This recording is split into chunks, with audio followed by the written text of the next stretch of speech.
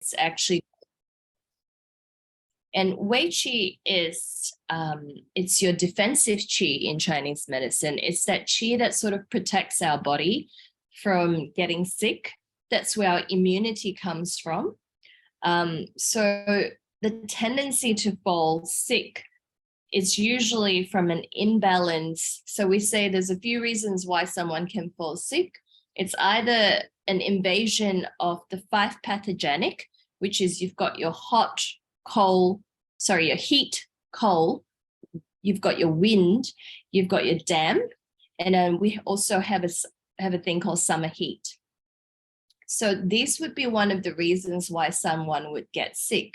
But to prevent you from getting invaded by the 5 pathogenic factors, we need to have a strong lung qi to start with. And so for us to do that ourselves, we need to be doing things that nourishes our body, eating good food that nourishes the body, and also sort of protect ourselves from the environment, the extreme environment as well. So dress well, dress appropriately according to the weather, eating the right food according to the weather. So going back to your question about food and dampness, Navadita, is that so dampness can be caused by many issues. One of the biggest things that we see in Chinese medicine is the deficiency in your digestion, or we said that in a deficiency in your spleen or stomach qi, which is spleen and stomach in Chinese medicine is your digestion. So a deficiency in that can come up as, for example, if you get frequent loose stool, you have extreme gurgling in the stomach that make loud noises, you find it hard to digest your food, you get bloating, you can go between, what else can I say? Poor lack of energy, feeling fatigue, you're always worrying or overthinking. So these are the signs that shows us that you possibly have a deficiency in the spleen or the digestion area.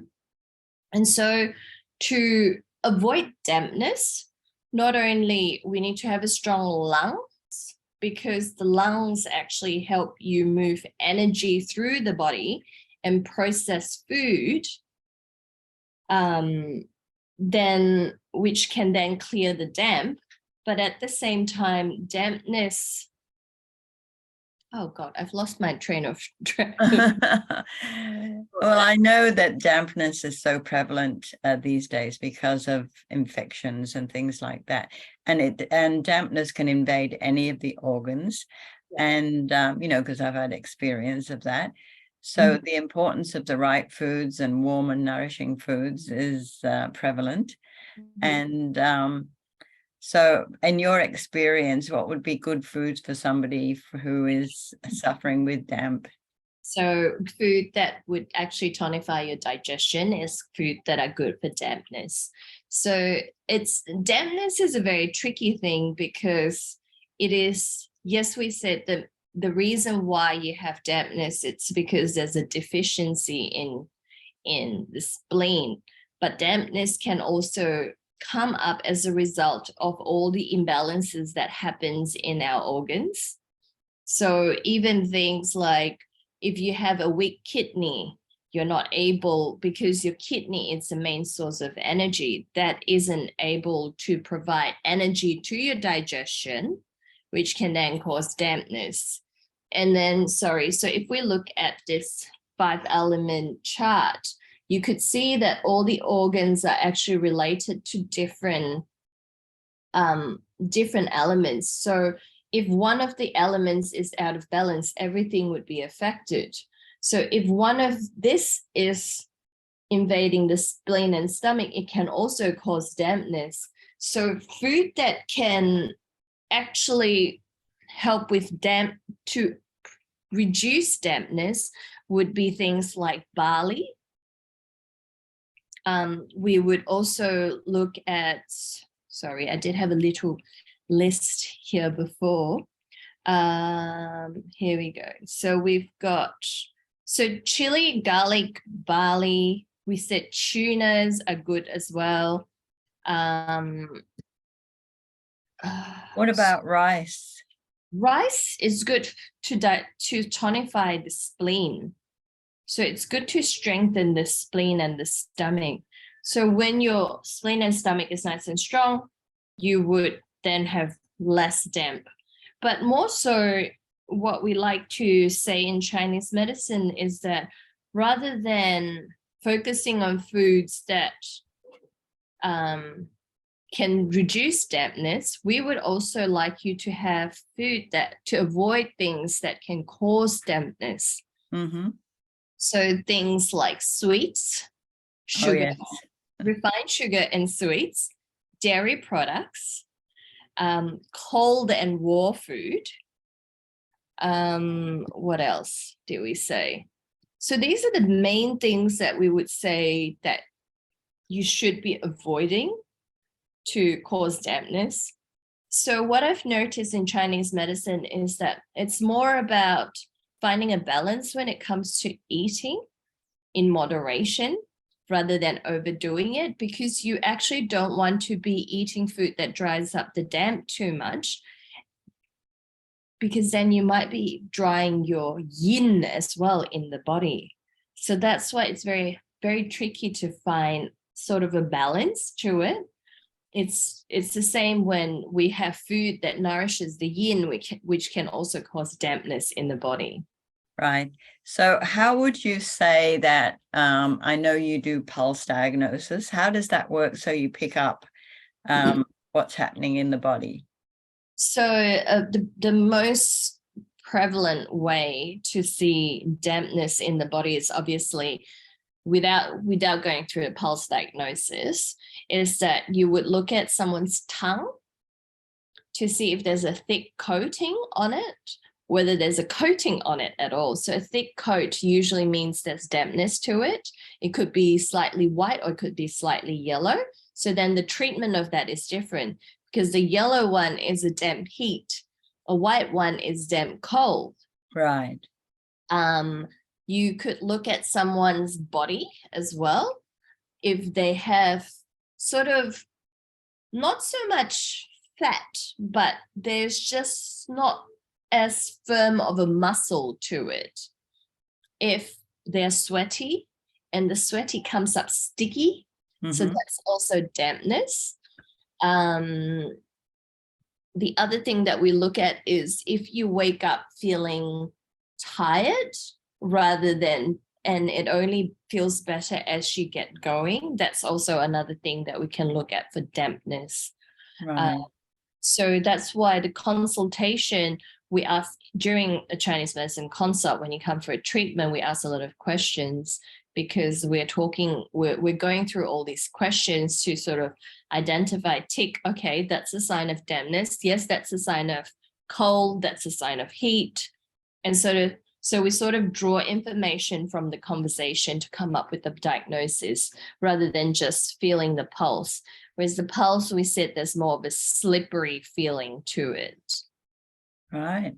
People with arthritis can also be accumulation of dampness in their joints. And that's why when it's about to rain, the humidity of the air changes, therefore they can feel it in their joint.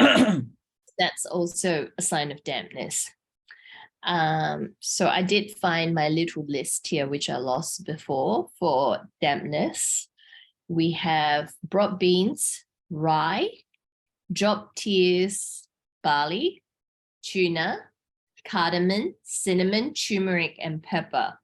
And as I said, I would be very careful when it comes to eating these food to counteract dampness, only because you may not be sure of what the constitution of your body is. And if you overeat certain food, is never good for you.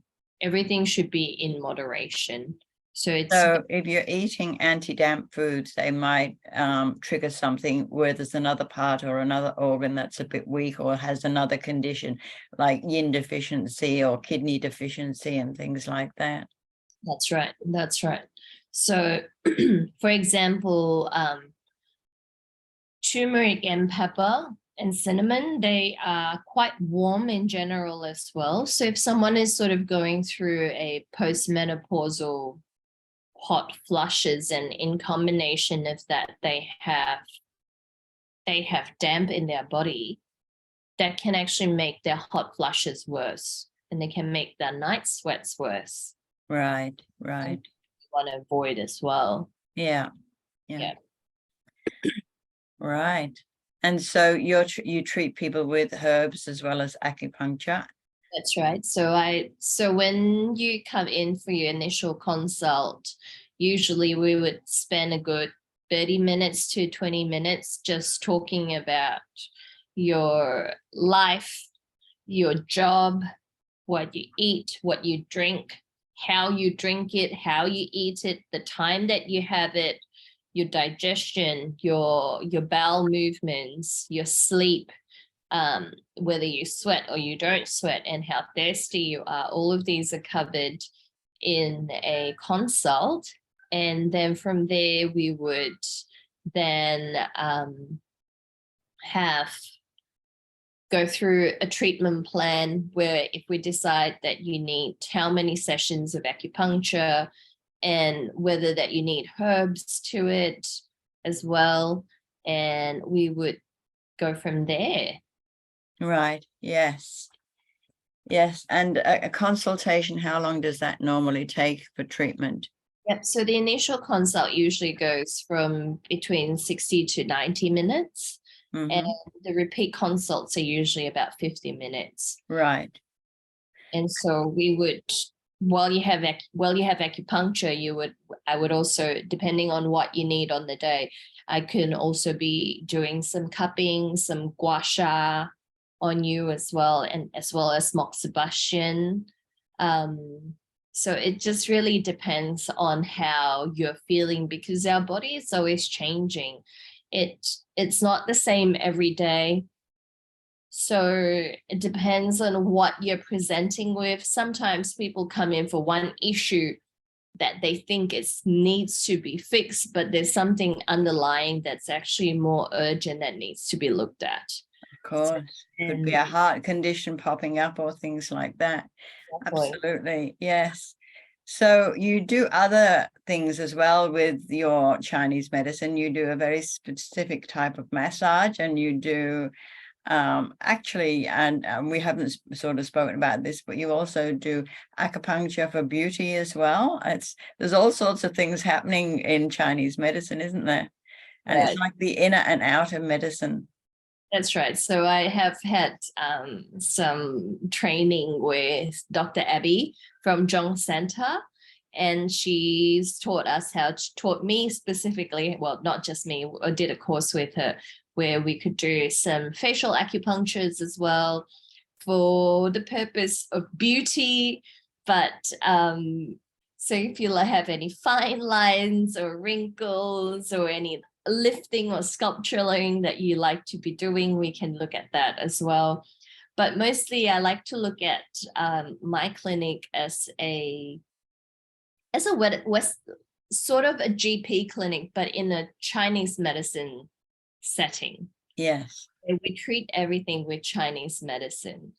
Obviously I don't have the tools to get someone a blood test or a scan or a check, but because I am very passionate about Chinese medicine, I've always feel that if it's not something that's urgent that requires surgery, I am able to help you here. The other thing is I also see children who gets a little bit unwell, and they come in, they don't necessarily have acupuncture. They would just come in, have some massage, some cupping, and they leave feeling fantastic. Wonderful, wonderful. That's great. So this is like a GP clinic, but in a Western medicine, in a Chinese medicine way. Yeah, and there's always the referrals to the orthodox medicine, isn't it, when necessary, of course. Of course. Yeah. Yeah, wonderful, wonderful. Now, would you like to talk a little bit about Doctor's Secret? I had the great pleasure of trying some of this out. A friend of mine and I, we went along with your invite to go to a Doctor's Secret expo, which was actually really a fascinating day out, and we had such a lot of fun, and we met a lot of your friends there, and we were both very impressed with the products and that sort of thing. So would you like to chat about how those products you found that they've helped clients of yours? Yes. So I also, yes, so as Navadita was saying, you can see some display here where these are the products that I'm currently using at the moment. I actually just did a expo on the weekend, Navadita, at the Mind Body Spirit Festival. Yes, I forgot that was on. I didn't get there. Yeah, 3 days with the girls. So we had lots of fun as well. I did a little talk on skin and how Chinese medicine look at skin. And you might have met Jo Baby, the lady who is doing emceeing during the event that you were there. So Dr. Secret is a company that has been started by a naturopath about 30 years ago. She started off making lots of different supplements, health supplements, and then she realized that there was a need in the market where they needed to do some skincare products, which they then launched about 20 years ago.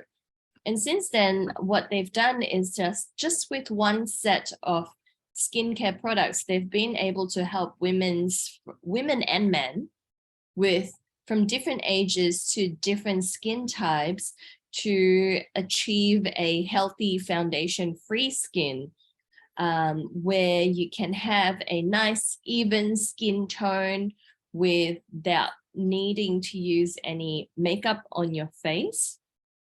And this is related to their patented technology that they have. Also, I'd just like to interrupt you there.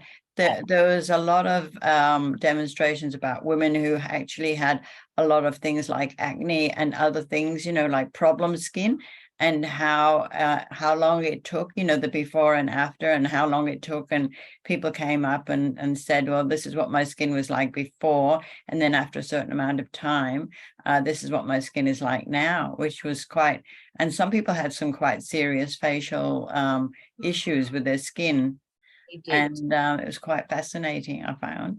Yes. So as I said, they have actually been able to help lots of people with different types of skincare. I might be able to just find this, have a quick look at it. Navadita, am I able to share a screen? Hang on a moment. Let me just, as you can see, we haven't had this rehearsed. And also I can't access any questions on Facebook because this is my first time I've done Facebook Live as well. So unfortunately, I wasn't quite prepared for that. Let me see. Participants. Okay, so let's, Jin, let's see if I can make host. So I'll allow you to I'll become host. There we go. Okay, so you should be able to share screen now. Screen, we're going to share this one here. And so I will open this up. Yes, so you've shared screen successfully there. There we go. Right. So if we go, just to show you some of the examples. So Carol actually came and attended one of the event on Sunday, and she has a more of a aging skin, we say that, which is now very different. Tommy, this lady is actually 62 at the moment. Yes, it's amazing. She has had some work done, but the what Dr. Secret helped is that you are actually able to keep your skin nice and healthy, so that even if you have Botox or fillers done, it stays longer and it's more natural. It comes up as more of a long-lasting results. And so these are the examples of different skin type. You can see that this lady here has a very strong melasma, where it's so dark on her cheeks, and it's just sort of been improving, and she's been using that since she's been using it since 2016. Mm. And that's just significantly improved on her. And then we have Ruby here. It's almost as if these transformation that they've gone through, they're just different people altogether, Navadita, isn't Yeah. it? Like there's just more collagen to it. There is just more plumpness to it. And clarity, so much clarity. Right, which is what we say about, this is a trend now where they talk about glass face as well, that glass foundation.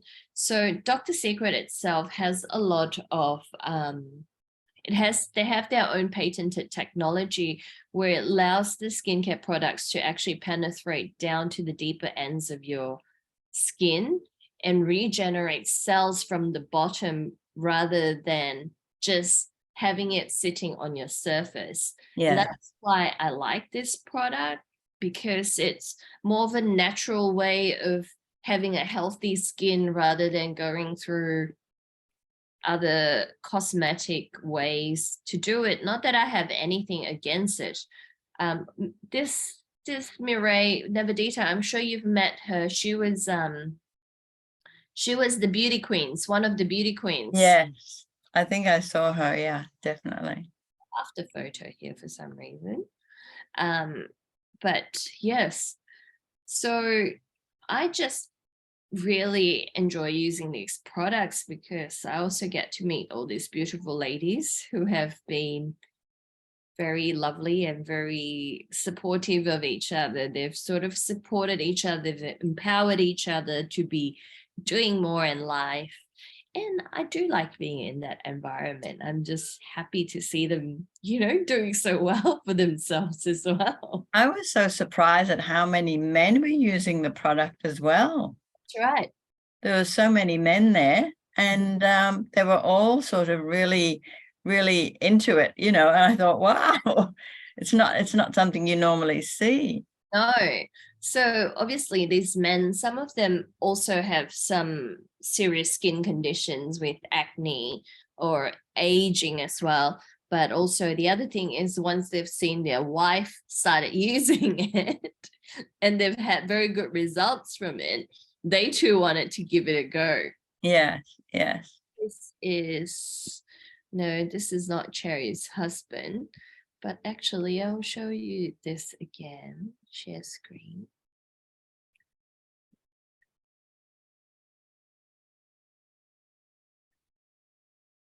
So this was me.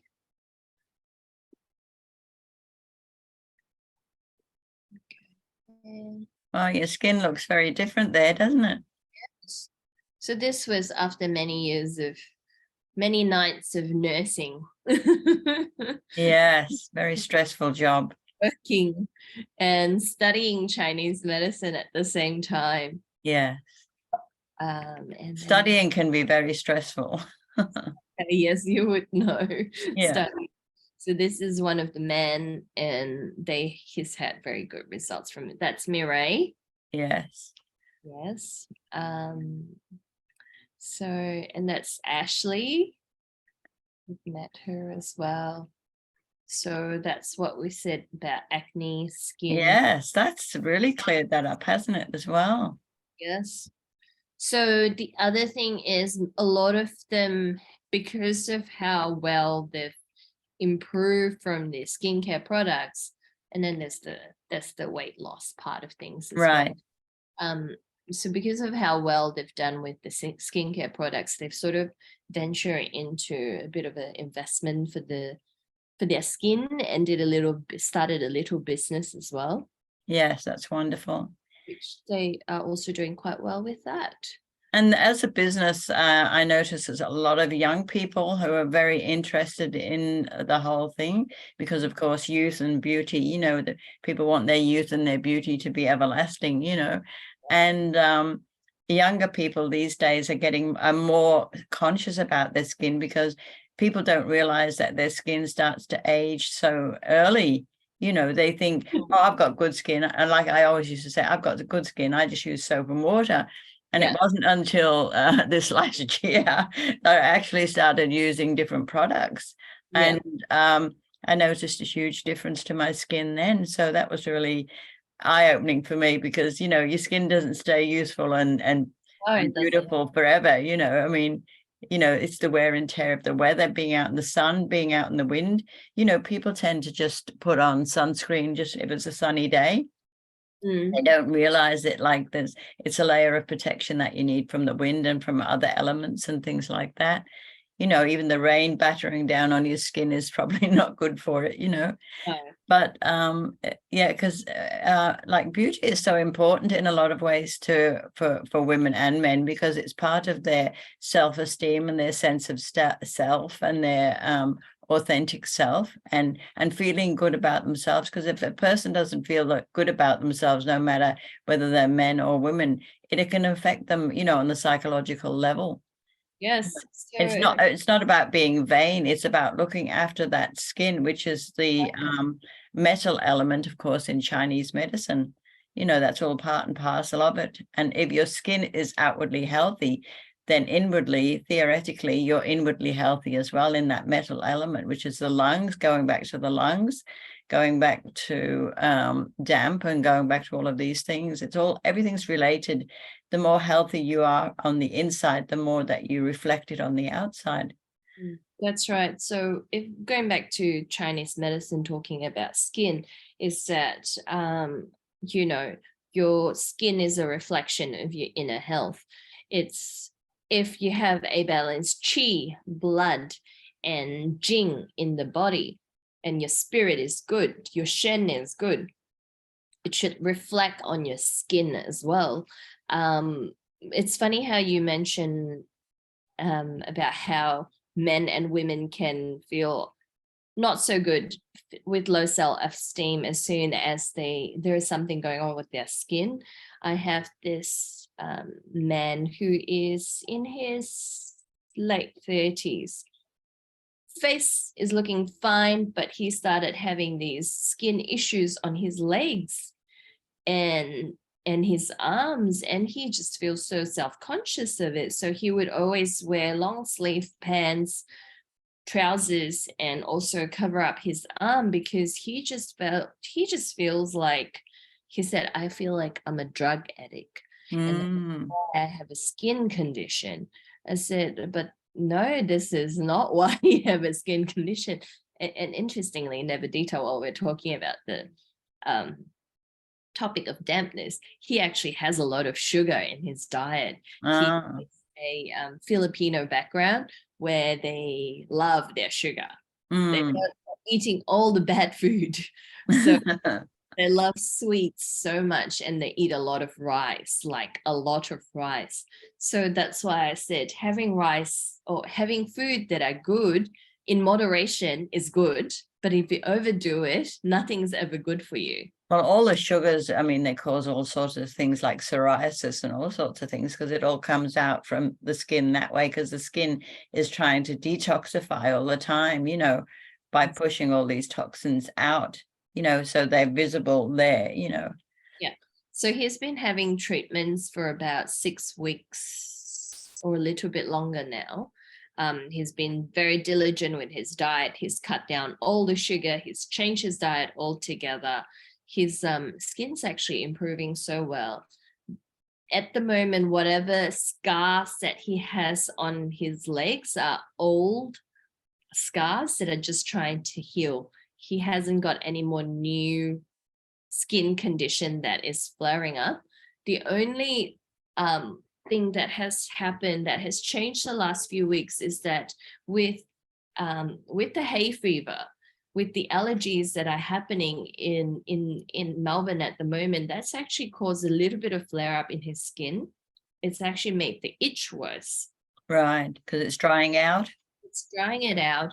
And also because he used to have hay fever, and we say that the skin has a correlation with lungs.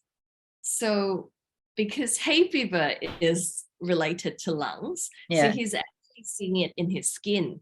He's itching it more, and the wind is making it more itchy as well. As I mentioned earlier, wind is one of the pathogenic factors. So it's actually more itchy for him too. So initially he thought, oh, the herbs are not working anymore. Why am I itching? But I said to him, no, it's not the herbs. It's because you have hay fever, and hay fever, we're in this hay fever season at the moment, which is just everyone who doesn't have hay fever currently has hay fever, from what I can understand. Yeah. And it's the pollen and everything, isn't it? It's the allergen. Yeah, absolutely. But interestingly, also on that topic of hay fever, patients who used to have a lot of hay fever, they have been coming for their treatments regularly, every 2 to 3 weeks. They haven't been actually suffering hay fever as much as they used to.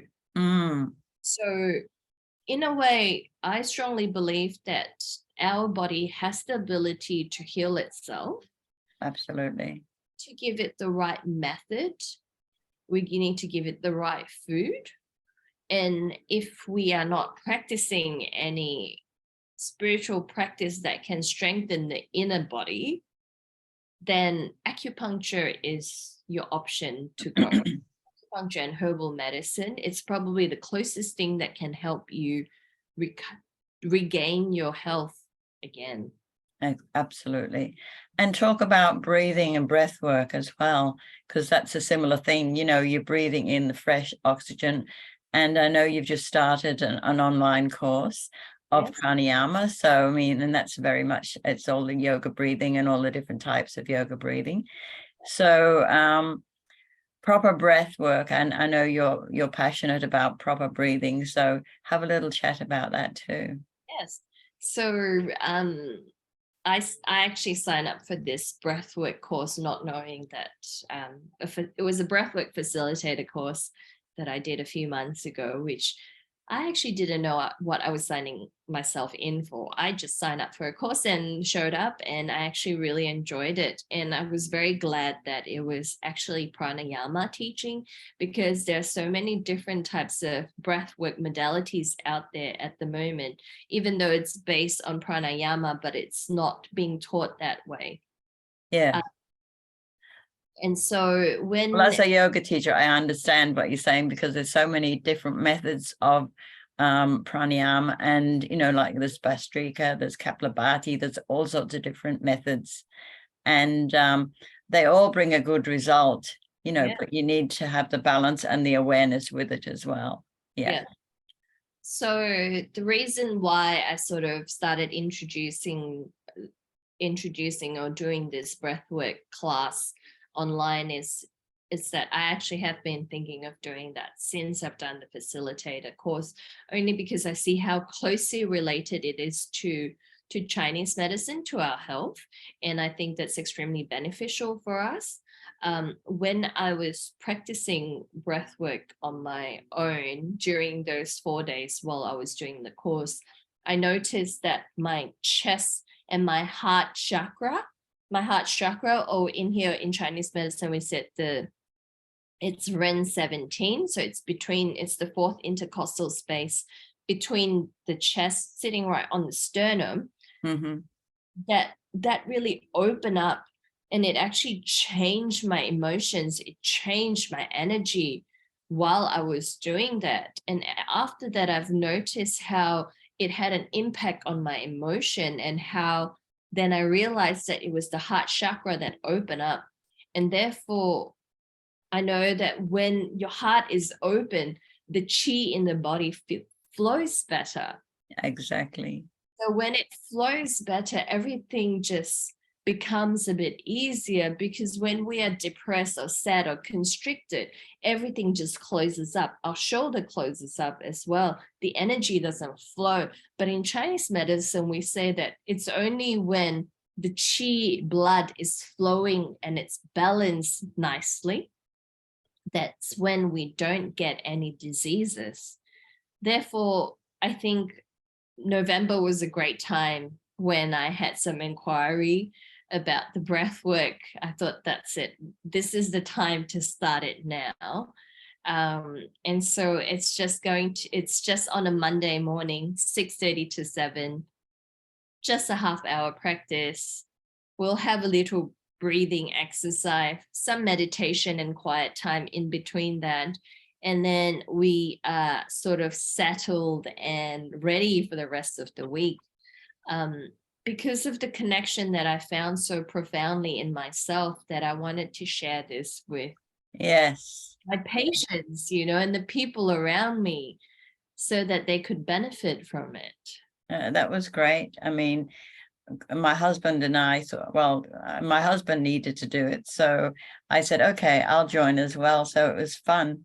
It was fun for us both to be doing something together like that as well. That's good. I'm glad you enjoyed that. Yeah, it's good. Because I mean, I do my own breath work, of course, and I do other things as well. But, to do something together was really lovely. Yes. It was great. Yes. And for him, he needed that extra oomph for his lung, because the reason how we got to know each other was because my husband had a bacterial infection, which he probably got from our worm farm when he was feeding the worms all the time and not using a mask, and inhaling all that bacteria from the decomposing scraps and things like that. And that's when we discovered that, he was on all of these antibiotics to remedy the problem, which still hadn't been remedied. That's why I thought you need to go to acupuncture, because acupuncture is so good. So when I found you, I just put it in our local area group, and I said, I need a good acupuncture Chinese medicine person, and you answered the call. So that was it. That's right. So that was great. So, we get all these connections on the line, and we get the help we need. The divine intelligence out there pushes us to meet people. Mm-hmm. So it was really lovely. And we found we had a lot in common, like both of us being yoga teachers as well. So that was wonderful. And your style of yoga is totally different from mine. I do remedial and you do yin yoga, which is beautiful. And I've been to yin yoga classes before. So do you want to talk a little bit about your yin yoga? Because I know you love that too. So I actually do both yin yoga and the vinyasa yoga as well. Yeah. When I initially started doing yoga, it was more for a physical exercise. But I've noticed now that I look back, when I was doing the physical exercise at the time, I was already meditating. I was doing a mindful moving meditation without noticing that that was what I was doing back then. And obviously, because, I was a little bit younger and I was really into all those crazy movements and doing all the fancy acrobatic looking yoga styles. That's how I really got into it and started doing yoga and started and I thought, you know what, I like doing this so much, how about I'll go do a teacher training course and see how I go from there. But as I got older, I got more into Chinese medicine. I have noticed the need to sort of slow down and actually having some deep stretches. So yin yoga,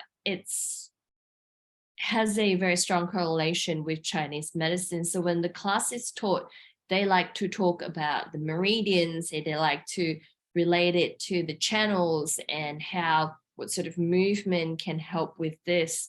So it's very similar to how we talk about Chinese acupuncture, really. where when when you are stretching your fascias, you're actually connecting that with the channels in your body. So Exactly. so yin yoga is when you would go into for an 1 hour class, and you'll probably only end up doing about 6 to 8 poses, not more than 10. Yeah. And each pose lasts for about 3 to 5 minutes. I find that a very nice, quiet time for people to sort of just slow down, meditate, focus on their breathing, and focusing on their body itself, and just really calming, slowing everything down. That's So right. it's sort of a good bridge for people who wants to learn how to meditate but finds it hard to meditate. I think that, and then sort of they've already been doing yoga, but they still find it hard to meditate. So then I think yin yoga is a great way for them to sort of slow down and try to focus on their breath. Exactly. Yeah. Beautiful, beautiful. Now, there's one little thing that you haven't mentioned about what makes your heart sing. Yes. Chinese medicine makes my heart sing. Yeah, I'm thinking of a four-legged being. My four-legged being is called Angel. Is she there? She is sleeping at the moment. She just had some breakfast and she's gone back to her bed as always. So yes, little Angel is not so little anymore. She's 9 years old. She is a little Bichon poodle, and she is my little guardian angel in the clinic, where she just likes being around me. She's happy to be patted by everyone. She just doesn't quite like any dogs in general. Yes. I love how she greets me every time I come and visit you.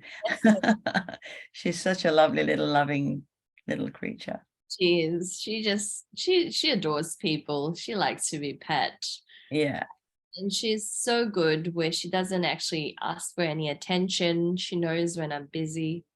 She'll just sit there and have a little nap, extended naps during the day when I'm at the clinic.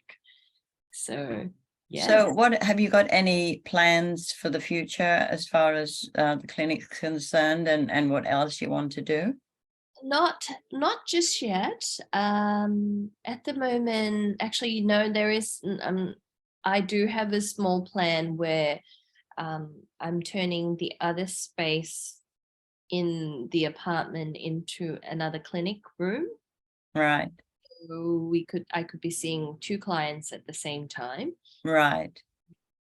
And otherwise, there's a chance, I don't know when that is going to happen. There is a possibility of having a business premise as well.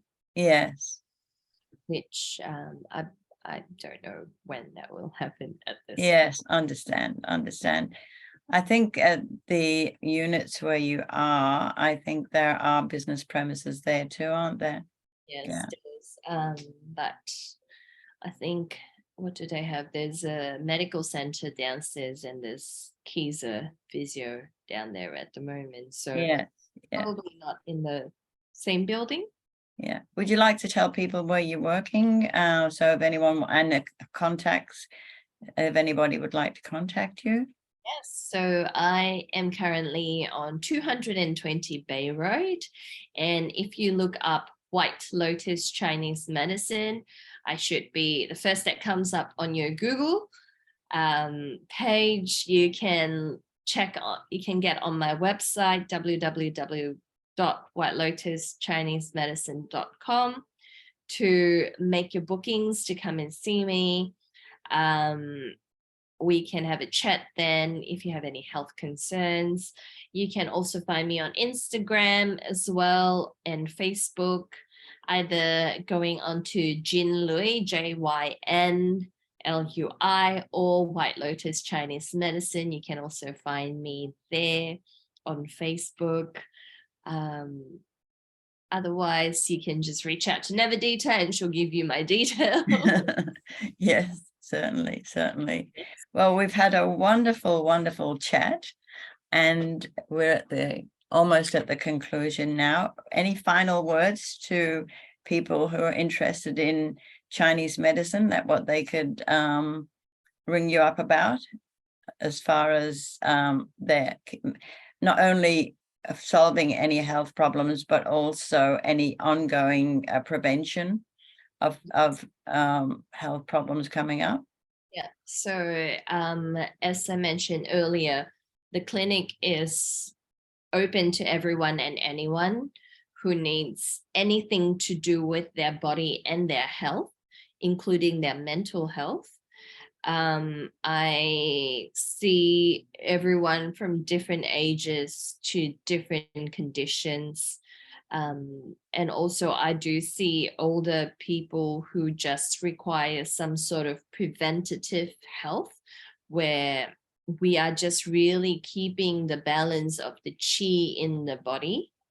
As we said before, when all the organs, when the yin and yang in the body is nice and balanced, there's no disease. So for a preventative treatment is that we would just sort of balance up your yin and yang in your body to prevent you from getting sick. And so that's also one thing that we can do. Things like anxiety, depressions, or any sort of stress or emotionally related things, you can have a chat with me as well. Of course, we do some cosmetic Chinese medicine, acupuncture here. And also we have Dr. Secret for your outer health, your outer glow on your face. So, and if you're interested in doing some breath work with me, we've got 2 more sessions running this Monday, the coming Monday in November, that is for free. And I will look at possibly running more classes in December. And that's on Zoom at the moment, isn't it? So it's an online practice. Right. Wonderful. And just sort of roll out of bed and find a seat and do practice. Exactly. Yeah. Well, thank you for coming along, Jyn. I know you have a very, very busy schedule, so it was really lovely that you were able to do it today. So if anyone wants to know any more about Jyn and what she does, you can contact her from the what you mentioned with the White Lotus, or you can contact me and I'll put you in contact with her. Lovely. Thanks for inviting me, Navadita. I've had so much fun talking. Yes, it is fun, isn't it? When ladies get together, it is a lot of fun because we just cover so many things. So it's been really lovely today. And until the next time we see each other, bye-bye for now. And everybody's most welcome to, I